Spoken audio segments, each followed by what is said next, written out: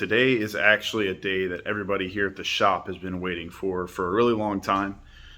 We got our short block all ready to go and ready for complete assembly for the Godzilla. I'm going to go ahead and do a quick walk around with you guys, show you the greatness that is sitting here in the engine room. Obviously, there's a lot of greatness in here, a lot of LS stuff, but we've been paying real close attention to the Godzilla stuff, and I think you guys are going to like this thing. So let's go ahead and take a look.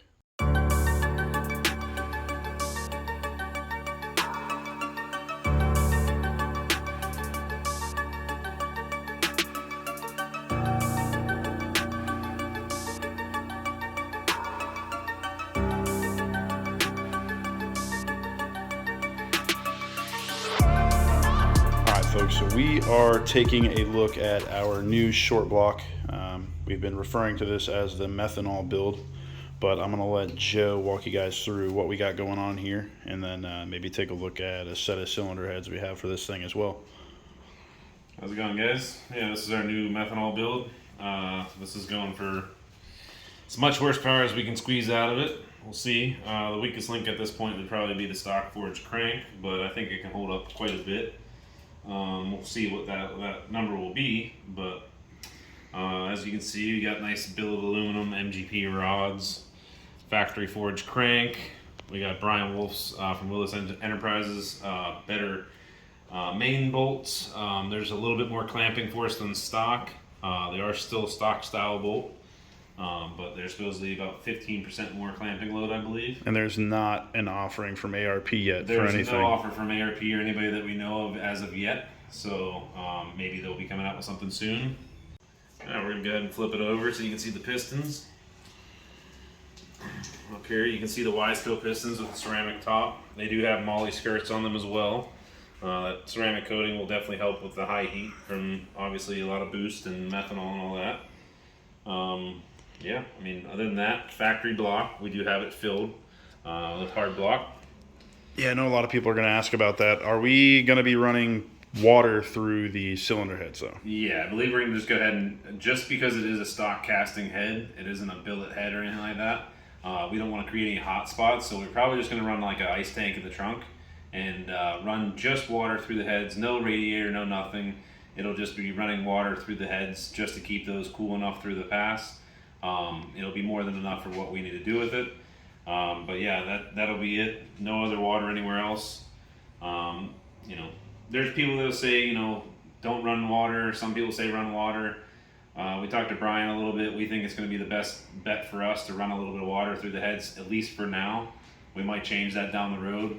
Who knows? Maybe somebody will come out with a billet head.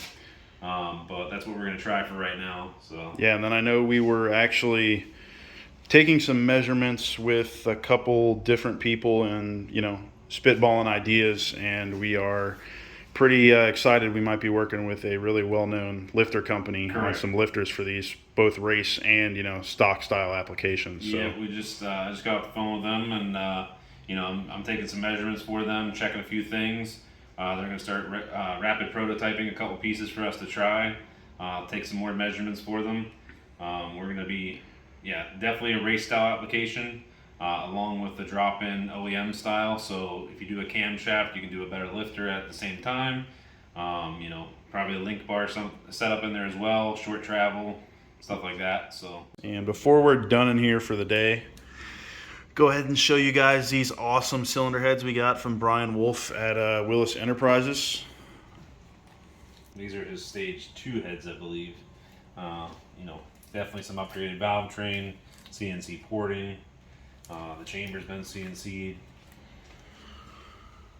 So yeah, this is going on this sucker right here, along with its twin that's over in the box. Haven't decided what we're doing for valve covers. If anybody's making billet valve covers that's watching this and wants to talk some business and discuss getting a set of badass valve covers on this thing, give us a shout. For sure, yeah. We want something that has a lot of crankcase evacuation. We're going to run a tank in the back of the trunk. Obviously, because methanol is going to create a lot of moisture, so we want to get that sucked out of the motor as best as possible.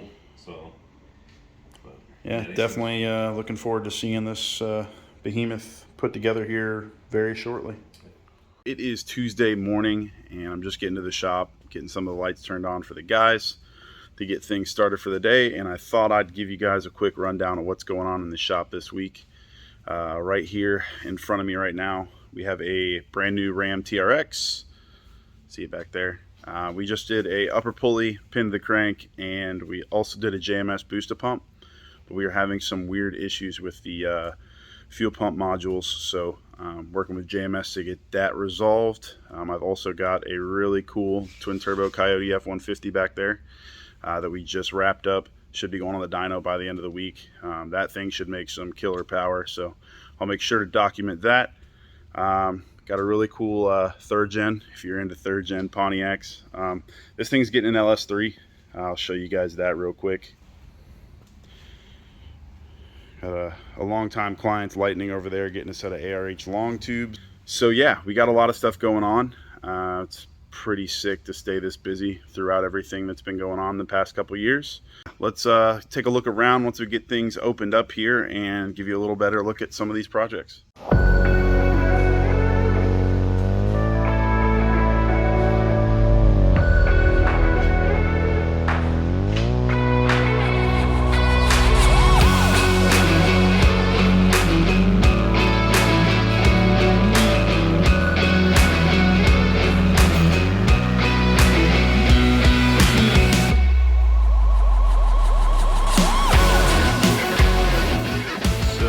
Doesn't look like the average work truck. Not anymore. Yeah. It used to be. So what do you got going on in here? Actually right now I'm just finishing up wiring in our boost controller and our widebands. Okay, so dual widebands and looks like a Turbosmart eBoost 2. Yeah, it's a pretty fancy boost controller. Yeah, we love boost controller gauge, everything all in one. We love our Turbosmart stuff, but yep. What do you think this thing's gonna make to the tire? I'm pretty sure it should make 4 digits. Yeah, I don't know, it looks like it. We'll see what happens. Got some precision turbos and a modified On3 kit, so we will check it out and see.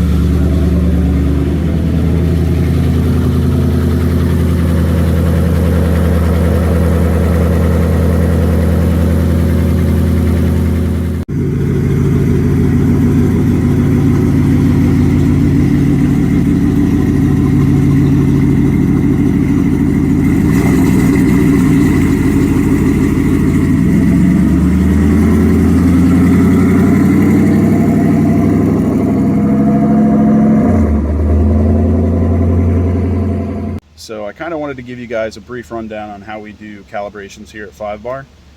Obviously, whether the customer contacts us and wants to get a calibration, they've already done the mods themselves, or it's a car that we've built here in-house or added modifications to, the car has to be calibrated properly for those modifications.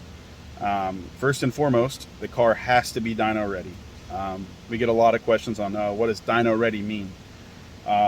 And very simply put, you don't have air leaks, you don't have bad O2 sensors, the car's not making a funny noise. Those kind of things need to be addressed before you make an appointment to get on the dyno. We do offer, appointments for, just giving the car a brief look over or a full, breakdown and multi-point inspection. But that has to happen before your dyno tune. Unless you schedule it the day of and we tell you, hey, we'll do a multi-point inspection and then put it on the dyno. But once we've done that, for most vehicles, these are vehicles that have a factory PCM, whether it be a GM, Ford, or a Dodge. Those vehicles, we use the HP Tuner's RTD Plus device. What that allows us to do is to deliver a calibration to our clients while still giving them the means of a very robust, piece of technology that has very good scanning capabilities and the ability for us to, send revisions and for the customer to upload them on the fly very easily. And once we've established that the customer is getting an RTD, or they have an RTD, or they have an MPVI device already, It's time to get on the dyno, and I'm going to show you guys this Coyote that I'm sitting in right now. It's a 27 Mustang GT that the customer brought in.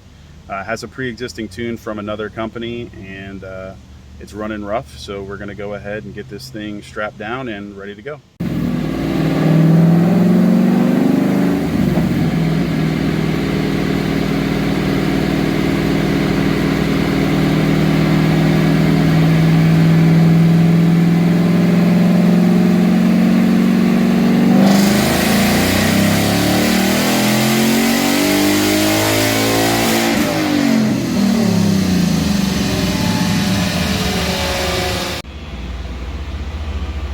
So I think that is going to do it for this week's video, guys. Hopefully you enjoyed. Make sure you leave a like, comment, and subscribe. Let us know what you think and what you want to see in the next one. I did find a couple sizes of our new t-shirts in the trailer, and I am putting them up on the website for you guys to purchase. If your size is sold out, don't worry. I will have more on the site in stock very soon. I think T-Shirt Labs is going to be pretty busy with us. But I'm going to give you guys a quick look at that t-shirt, and we'll call it there. We'll see you in the next one. Sheesh.